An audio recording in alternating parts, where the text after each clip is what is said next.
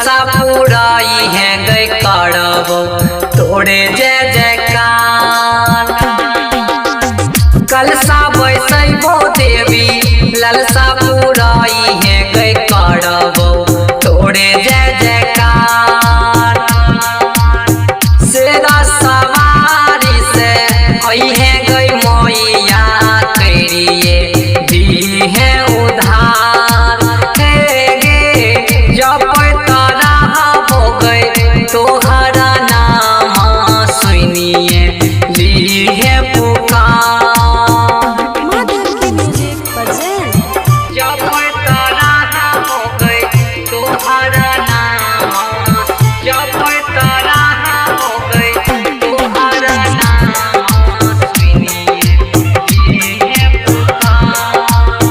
जब तारा हो गए, जब तारा हो गए आशा लगा के मैया अइयो चरण में करिए नहीं मैया निराश गे।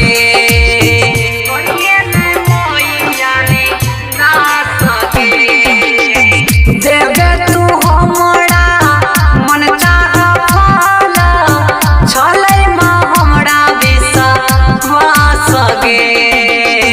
भूला गए चुका मैया क्षमा तू करी है सुनिए ली है पुकार। मांगे सिर पर सवारी करने आई है गई मैया सेवा करके दरबार। जब तारा हो गए तोहरा नाम, जब तारा हो गए तोहरा नाम सुनिए ली है पुकार।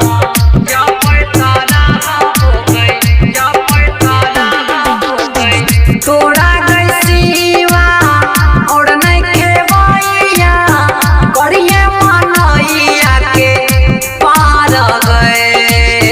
करिए मनैया के पार गए।